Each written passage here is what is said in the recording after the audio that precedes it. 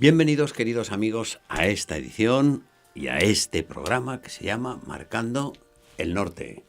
Doña Beatriz, muchas gracias por haber venido una vez más a nuestros estudios a proseguir con esta vida de Jesucristo que estamos haciendo, pero tengo que presentarle porque hay gente que se incorpora y no sabe que doña Beatriz Ozores, además de madre de familia, pues estudió publicidad.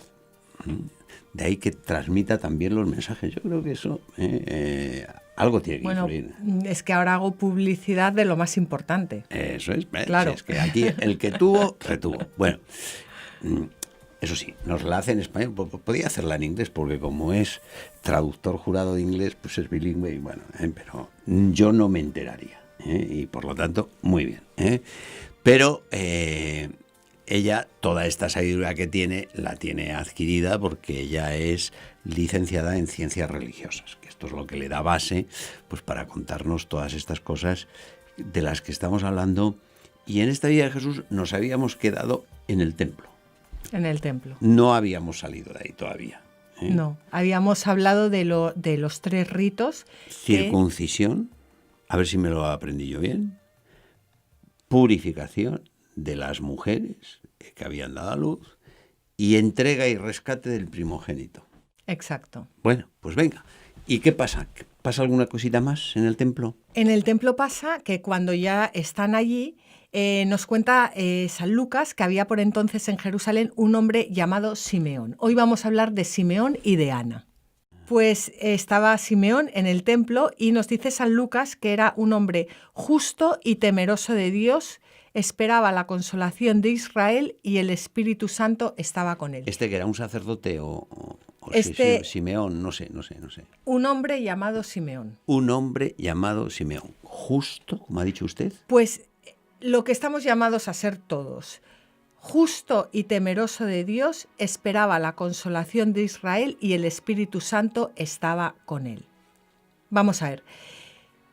Justo y temeroso temeroso de Dios, pues un hombre de fe. Ya habíamos comentado alguna vez que la justicia en el Antiguo Testamento y en la Biblia, y bueno, y también hoy en día, aunque, en fin, consiste en impregnarse de la palabra de Dios, en llenarse de la palabra de Dios para poder cumplir la voluntad de Dios. Esa es la justicia. Yo creo que hoy en día se entiende otra cosa, pero el llenarse de la palabra de Dios. Y era un hombre temeroso de Dios, es decir, que esperaba en Dios, que era tenía un hombre de fe. Era un hombre de fe. Traducido a nuestro lenguaje, porque justo y temeroso de Dios, bueno, un hombre de fe. Un hombre de fe. ¿Qué más? Esperaba la consolación de Israel. ¿Eso qué? La consolación de Israel era la venida del Mesías, la salvación del pueblo, porque no hay otra consolación para el hombre que cree en Dios que venga el mismísimo Dios a salvarnos. Esa es la consolación. Bueno, hoy en día uno puede querer consolarse con la lotería o con la bebida, o con la comida, pero la verdadera consolación del cristiano es la salvación, es que se cumpla en uno mismo y en los demás la historia de la salvación, el plan que Dios tiene para cada uno de nosotros. Era una consolación plena. Plena. Y el Espíritu Santo estaba con él. Bueno. La caridad. Este hombre tenía las 3 virtudes teologales: fe, esperanza y caridad. Simeón. Bueno, pues él, por ser así, había recibido la revelación del Espíritu Santo. Claro, el que está lleno del Espíritu Santo recibe la revelación del Espíritu Santo. Esa es la cosa, ¿no? Lo que decía usted el otro. Quien se impregna de la palabra de Dios, pues sale en la palabra de Dios. El que lee revistas de divorciados o programas de telenovelas... Pues es lo que te sale por su boca. Pues él estaba lleno del Espíritu Santo y el Espíritu Santo le revela, porque cuando uno está lleno del Espíritu Santo, el Espíritu Santo revela que no moriría antes de ver al Cristo del Señor, es decir, al ungido, al Mesías. Así vino al templo, movido por el Espíritu Santo, y al entrar los padres con el niño Jesús para cumplir lo que prescribía la ley sobre él, lo tomó en sus brazos y bendijo a Dios diciendo. Ahora si quieres, Javier, si te parece, léelo tú, pero lo que va a leer ahora don Javier es lo que los católicos rezamos todas las noches, o deberíamos rezar todas las noches, en la oración de completas, que se conoce como el Nunc Dimittis. Dimittis significa dejar libre, y es un verbo que se empleaba para indicar la libertad de un prisionero o la manumisión de un esclavo o el relevo de un centinela. Ahora puedes dejar a tu siervo irse en paz. Esto es, pues nada, usted mande, yo leo. O sea, ¿qué es lo que tengo que leer? La oración. El Nunc Dimittis. El Nunc Dimittis. Ahora, Señor, puedes dejar a tu siervo irse en paz, según tu palabra, porque mis ojos han visto tu salvación, la que has preparado ante la faz de todos los pueblos, luz para iluminar a los gentiles y gloria de tu pueblo Israel. Es una oración preciosa porque toda la vida de Simeón está enfocada a tener un encuentro con el Señor. Nunc Dimittis. Ahora... Claro, y ahora ya me puedo morir porque ya he visto con mis ojos al Salvador. Ya no tengo nada más que hacer en este mundo. Mi vida está plena. He contemplado al Señor. Eso es lo que deberíamos... Bueno, por eso lo rezamos todas las noches. O sea, él pone en paralelo la paz del hombre con la salvación, con ver al Salvador. Es una preciosidad. Yo la verdad que cuando empecé a rezar completas, yo no lo entendía y a mí no me gustaba nada rezar esto, porque decirle al Señor que ahora ya me podía morir tranquilamente, pues no me hacía ninguna gracia. Pero ahora que lo he comprendido, pues es que es verdad, es que cuando uno tiene un encuentro con el Señor, pues ya se puede morir tranquilamente. Pero para rezar completas hay que tener misales, ¿no? Bueno, claro.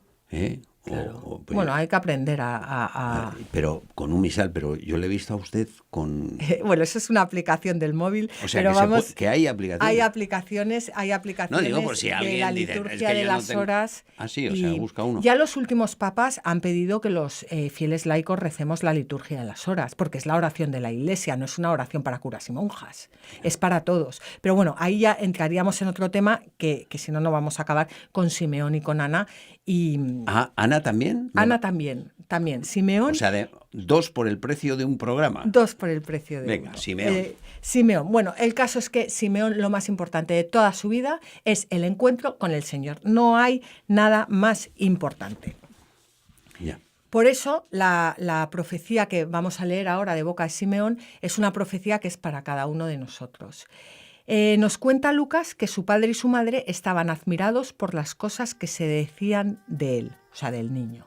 Simeón los bendijo y le dijo a María, su madre, mira, y ahora digo, esta profecía y esto que cuenta Simeón está escrito para cada uno de nosotros.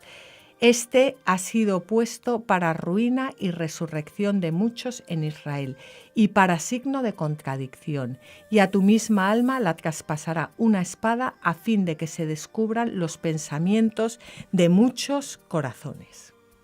¿Te suena, Javier? Sí, yo he visto en las procesiones la Virgen con una espada y... Sí, pero yo te preguntaba más que si te suena lo de que Jesús está puesto para que muchos caigan y se levanten y que será como un signo de contradicción. Hombre, algo me suena. Algo me suena, que... pero explíquelo usted. No, la profecía de Simeón, que es lo más actual que podemos hacer hoy en día. Simeón está haciendo alusión a Isaías 8:14, que muestra a Dios como una piedra en la que se tropieza y se cae. Pero es impresionante porque es verdad que Cristo, que es la piedra angular, está entre nosotros como signo de contradicción. Pero no es para que nos caigamos y nos peguemos un porrazo y nos quedemos medio muertos es para que nos levantemos. Mm. Pero para que nos levantemos con Él, en la resurrección. Para eso está Cristo. Para que caigamos con Él, para que nos despojemos de nuestro propio yo, para que dejemos nuestro propio yo y para que nos levantemos, pero nos levantemos con Él, resucitemos con Él. Es que aquí volvemos siempre al misterio de la cruz. Es que lo de la cruz no nos gusta hablar de la cruz. Suena duro, seamos sinceros. Pero yo creo que es porque no lo entendemos. Ah, bueno. Porque la cruz es bien entendido, o sea, los santos siempre han entendido la cruz como la manera de unirse a nuestro Señor. O sea, la cruz es el despojo del ego, del yo, de la soberbia, para hacernos pobres, para poder unir pobres como criaturas de Dios, no pobres económicamente. Sí. Para poder, bienaventurados los pobres de corazón, porque ellos verán a Dios. La cruz es el despojo de toda nuestra soberbia para poder unirnos a Dios. Y ya decía Benedicto XVI que la redención no es un wellness, como llaman hoy en día, un baño de autocomplacencia, un sitio donde yo me siento bien. Eso no es la redención. La redención es una liberación de estar oprimidos por nuestro propio yo, por el pecado, por el rechazo a Dios. Y eso es la cruz. Bueno, entonces así es la cosa, es mejor, ¿no? Y por eso nos dice el Señor que cargue con su cruz y me siga, porque la cruz ya la ha llevado Él. Ajá. Cargar con nuestra cruz es unirnos a su cruz. Es que yo no sé, me gustaría saber expresarme mejor, no, pero... Clarísimo, es clarísimo. Sí. Yo le veo el lado verdadero y positivo que tiene, no cenizo. Es que no es cenizo, es que la cruz es maravillosa. Pero bien entendida. Entonces, ¿qué hace hoy el mundo? Nos aparta de la cruz. Tú siéntete bien, tú lo vales, tú te lo mereces, tú no sufras, pero ¿para qué vas a sufrir? Diviértete, sé feliz, come, bebe, fuma, vete de viaje, conoce todos. Y es que la cruz es todo lo contrario, es... Entrégate a ti mismo, entrega tu vida, despójate de tu soberbia, de tu ego, para ser feliz, para liberarte y para poder caer y resucitar conmigo. Bien. Bueno, y aquí Simeón le dice a la Virgen María, a tu misma alma la traspasará una espada. Y dice el Catecismo de la Iglesia Católica en el punto 529, la espada de dolor predicha María anuncia otra oblación, es decir, sacrificio, otra oblación perfecta y única, la de la cruz, que dará la salvación que Dios ha preparado ante todos los pueblos. Aquí está. ¿Cuál es el sufrimiento de la Virgen? ¿Cuál es esa espada que... Bueno, muchos padres de la Iglesia, por supuesto, han visto la lanza como la espada que va a traspasar el alma de María. ¿Pero por qué ese sufrimiento? El sufrimiento es ver morir a tu hijo, claro. Aunque no es tanto ese sufrimiento, porque si lo entendiéramos bien, la Virgen sabe que gracias a la muerte de su hijo se abren los cielos, la resurrección, Jesucristo va a resucitar, eso lo sabe la Virgen, y además sabe que sus hijos, porque Jesucristo en la cruz ya le da a toda la humanidad, a María como hijos y a María como madre. O sea, no es tanto ese sufrimiento que a la vez es maravilloso, como el sufrimiento de María de ver cuántos hijos suyos no van a aceptar esa redención y van a quedar por el camino. Esa es la espada. Y fíjate que dice... O sea, la espada somos nosotros. Sí. Sí. O sea, lo que ha querido decir usted es eso, si lo he entendido bien. Que la espada somos nosotros cuando no correspondemos a la voluntad de Dios. Y esa espada, que no es solo la cruz que acaba con la vida de nuestro Señor Jesucristo, esa espada es también la palabra de Dios. ¿Por qué? Porque la palabra de Dios es lo que dice aquí Simeón, a fin de que se descubran los pensamientos de muchos corazones. Es la palabra de Dios, que es el mismo Jesucristo, yo soy el camino, la verdad y la vida, el que pone al descubierto tantos corazones. Y ahí está la libertad del hombre de decir si quiero o no quiero, te serviré o no te serviré. Perfecto, pues nuevas luces, como siempre, doña Beatriz, sobre pasajes que hemos leído multitud de ocasiones y que nos quedábamos en la espuma. Y quiero hacer hincapié, Javier, si me lo permites, de hablar, o sea, de dar esta luz sobre lo que es esa espada que nos traspasa el alma, que es la palabra de Dios que penetra en nuestros corazones, que purifica nuestros pensamientos. Esa es la cruz. La purificación de nuestros pensamientos, que nos despoja de nuestro propio yo y que nos prepara para desposarnos con Jesucristo en la cruz y luego poder resucitar con Él. Y lo vemos en la carta a los Hebreos que dice: ciertamente la palabra de Dios es viva y eficaz, más cortante que una espada de doble filo. Ahí está. Entra hasta la división del alma y del espíritu, de las articulaciones y de la médula, y descubre los sentimientos y pensamientos del corazón. No hay ante ella criatura invisible, sino que todo está desnudo y patente a los ojos de aquel a quien hemos de rendir cuentas. Y yo desde aquí hago una llamada a todos aquellos que me están escuchando y a los que no. Y es que vayamos más a la palabra de Dios, porque la palabra de Dios es una espada de doble filo que penetra el corazón de los hombres y que no es tantas veces hablar y hablar y hablar y opinar y entonces y a mí me pasó y yo dije y el otro y esto, que proclamemos la palabra de Dios, que es que la palabra de Dios es viva y eficaz y que la palabra de Dios por sí misma desnuda los corazones. ¿Y qué hacemos iba a decir los cristianos y sobre todo los católicos, que no utilizamos este arma? Sí, pero claro, es que para eso hay que ver menos telenovelas, leer menos revistas para empapuzarse de esa palabra para poder hablar. Claro, es que para eso hay que empezar viendo estos programas. Claro, entonces a mí, por ejemplo, alguna vez que me han pedido que presentase algún libro, pues yo hago un paripé y digo 2 o 3 cosas y proclamo la palabra, porque digo, todas estas personas que me están escuchando aquí, que se lleven algo que positivo. Se lleven la palabra. Claro. Que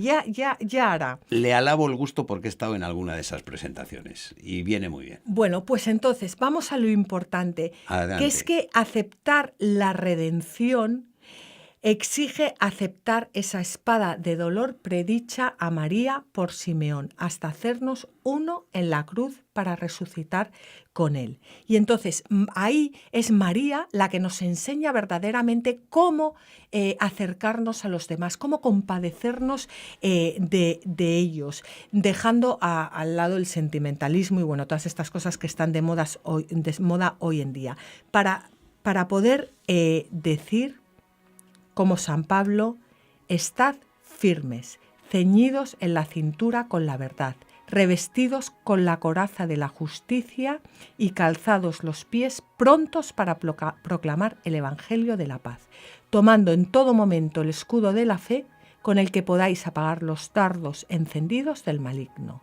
Recibid también el yelmo de la salvación y la espada del Espíritu, que es la palabra de Dios. Esto no sigo leyendo porque voy a dar la cita para que... Hay que ver lo que da de sí la espada de la cita para que continúe. Efesios 6, versículos 10 al 19. Hay que ver lo que ha dado de sí, lo de los Efesios y todo lo que ha dicho anteriormente. Esa es el arma del cristiano. La palabra, sacramentos. Palabra, sacramentos. Es decir, la liturgia de la Iglesia. Liturgia, vida. Liturgia y llevar a nuestra vida lo que nosotros rezamos y proclamamos en la liturgia. Bueno, y todo esto a cuenta de Simeón. Y nos queda todavía... Nos queda Ana. Ana. Que ya veo yo que que ves que se nos acaba el programa. Sí, ¿no? Y no hemos hablado de Ana. Sí, porque es un personaje... Venga, léenos tú el pasaje de San Lucas donde habla de Ana. Hoy está usted aquí en su sitio, ¿eh? Vivía entonces una profetisa llamada Ana, hija de Fanuel, de la tribu de Aser. Era de edad muy avanzada. Había vivido con su marido 7 años casada y había permanecido viuda hasta los 84 años, sin apartarse del templo, sirviendo con ayunos y oraciones noche y día. Y llegando en aquel mismo momento, alababa a Dios y hablaba de él a todos los que esperaban la redención de Jerusalén. Bueno, diga usted. Es que, vamos a ver, a mí Ana, claro, Simeón, hemos hablado de Simeón, de lo que es un hombre justo, temeroso de Dios, que espera la consolación de Israel. Y ahora hablamos de Ana. Ana es una mujer que estuvo casada 7 años, sabemos ya todos que el número 7 indica plenitud. Sí. Dice... Y un montón viuda, ¿eh? Había vivido con su marido 7 años de casada. Es que aquí no hay que perder el tema de los números. Y había permanecido viuda hasta los 84 años. Es decir, 77 años viuda.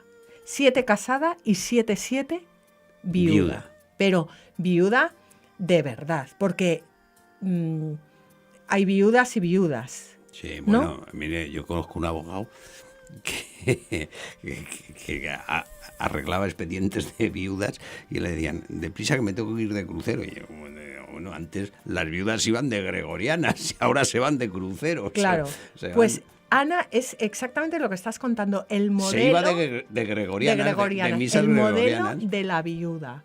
O sea, cuando, no sé, cuando se habla a las viudas, pues es que el modelo de la viuda por excelencia es Ana, que se pasó desde que murió su marido 77 años sin apartarse del templo, sirviendo. ¿Cómo?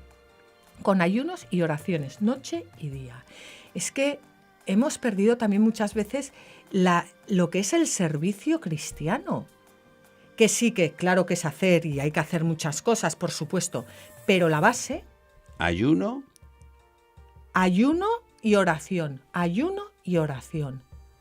Ayuno y oración. Entonces, el que no hace ayuno y oración no puede ser, o sea, puede servir, pero no como cristiano. Porque, ¿qué se le puede llevar a los demás que uno no tenga? Si uno no reza y hace penitencia, ¿qué le puede llevar a los demás? Pues cosas de poco valor. Claro, entonces nos olvidamos muchas veces si queremos hacer y hacer y hacer, pero si eso no, ya lo decía la Madre Teresa de Calcuta. ¿Qué decía? Pues la Madre Teresa de Calcuta rezaba por lo menos 3 horas antes de salir y una vez una monja le dijo si le podía quitar 1 hora de oración porque tenían tanto trabajo claro. que no daban abasto. Sí. Y lo que hizo la Madre fue ponerle 1 hora más de oración. Ah, sí. Claro. Bueno, pues, para sacar adelante esa inmensidad de trabajo. Esa inmensidad de trabajo. Entonces yo creo que un poco para concluir, Javier, si te parece decir que el utilísimo resumen que nos hace usted en todos los programas. Estas profecías son para nuestra vida. Muy bien. Nosotros somos Simeón y nosotros somos Ana. Son para nuestra vida, para mostrarnos qué es lo importante. Y lo importante es eso, es llenarnos de la palabra de Dios, esperar tener un encuentro, contemplar al Señor en nuestra vida, que es lo más importante, y servir a los demás con ayuno y oraciones. Y luego ya será con otras cosas, pero fruto del ayuno y de la oración. Como hacía Ana. Como hizo Ana durante 77 años y alguno más que viviera después de conocer al Señor, ¿no? Bueno, eso ya no importa. Ya eso no nos lo cuenta la Biblia, porque eso ya no importa. Sí, ¿no? Ahora ya más, diría también como decía, nun dimitis, ahora déjame morir. Ahora ya no. Bueno, pues qué útil, qué interesante, qué bonito también. Hay que decirlo porque es que lo cuenta muy bien, si es que esa es la verdad, y por eso le estamos muy agradecidos, doña Beatriz. Claro, a mí, perdona que antes de que te he interrumpido un minuto, me da mucha rabia cuando buscamos en otras religiones lo que maravillosamente tenemos en la nuestra. Bueno, pues nada. Aquí está. Dicho queda.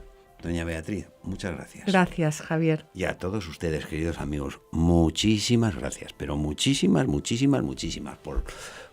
por estar con nosotros y por difundir con sus amigos, que es como se está difundiendo Marcando el Norte, que cada vez lo ve más gente, lo ve muchísima gente, pues son nuestros espectadores lo que se los van contando unos a otros.